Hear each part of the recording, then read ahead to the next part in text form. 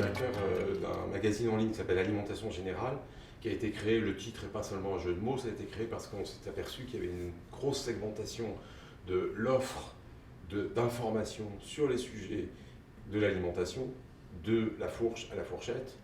Et cette segmentation, ça veut dire simplement que si vous vous intéressez à la gastronomie, vous avez 300 000 sites. Si vous vous intéressez à la politique agricole, vous en avez 150. Si vous vous intéressez à l'économie de l'agriculture, vous en avez encore d'autres. Et vous n'avez pas un endroit où vous pouvez fédérer l'ensemble des informations qui touchent l'alimentation de la fourche à la fourchette. J'insiste, c'est ce champ-là qui nous intéresse. Donc on a créé Alimentation Générale qui, comme son nom l'indique, va essayer d'être un site en ligne d'actualité. On a un partenariat avec l'AFP.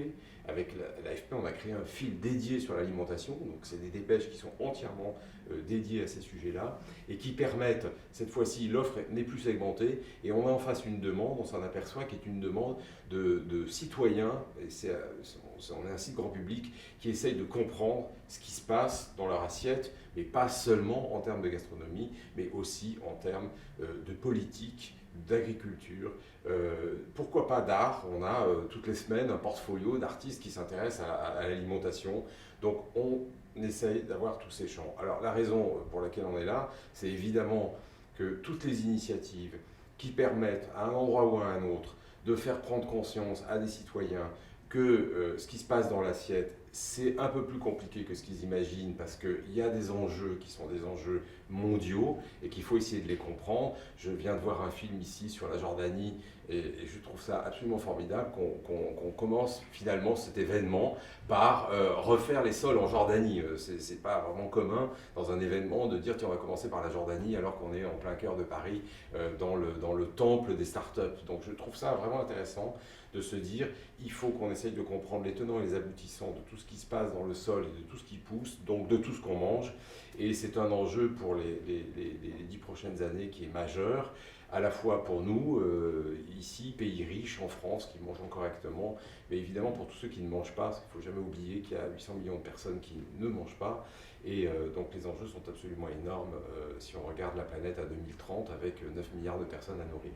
La question pour nous, elle n'est pas de se dire on va défendre une secte. Je viens d'interviewer le directeur du Biocoop de République, par exemple, et on a eu cette discussion sur les ayatollahs du bio. Bon, nous, les ayatollahs du bio, ça ne nous intéresse pas plus que ça. Ce qui nous intéresse, c'est soyons prétentieux, c'est comment on va nourrir la planète. On sait très bien que c'est pas parce que sur le toit de Numa, tout d'un coup, on va faire de l'agro, je sais pas quoi, parce que vous allez planter, vous allez récolter 3 fraises cet été, ça sera formidable, ça sera très bien, l'initiative est formidable, mais on sait bien qu'on va pas nourrir le monde avec les 3 fraises qui se font dans les jardins urbains. Et Dieu sait qu'on défend les jardins urbains, on a fait plein de papiers là-dessus, on a plein d'idées sur ce qui peut se passer dans une ville, mais on sait qu'on nourrira pas le monde avec ça. Donc notre sujet à nous, et la vision qu'on essaye d'avoir, c'est de se dire comment on va nourrir la planète, et on ne nourrira pas la planète uniquement avec du bio. Donc il faut aussi qu'on interviewe,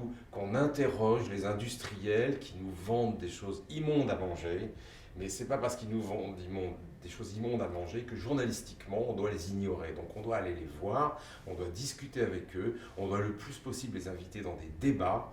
Il faut absolument que ces gens-là viennent débattre, viennent essayer avec nous de comprendre ce qui est en train de se produire de manière profonde dans la société. Ce genre d'événement le montre, ce genre d'événement n'aurait pas existé il y a 2-3 ans. Donc ça veut dire que le mouvement est en cours, particulièrement dans un endroit où il y a plus de jeunes, il y a plus une population qui est assez jeune, donc on voit bien que les générations arrivent, et donc il faut travailler aussi à décloisonner et à essayer d'ouvrir le dialogue, qui est un dialogue que je trouve encore aujourd'hui un peu fermé et un peu cloisonné.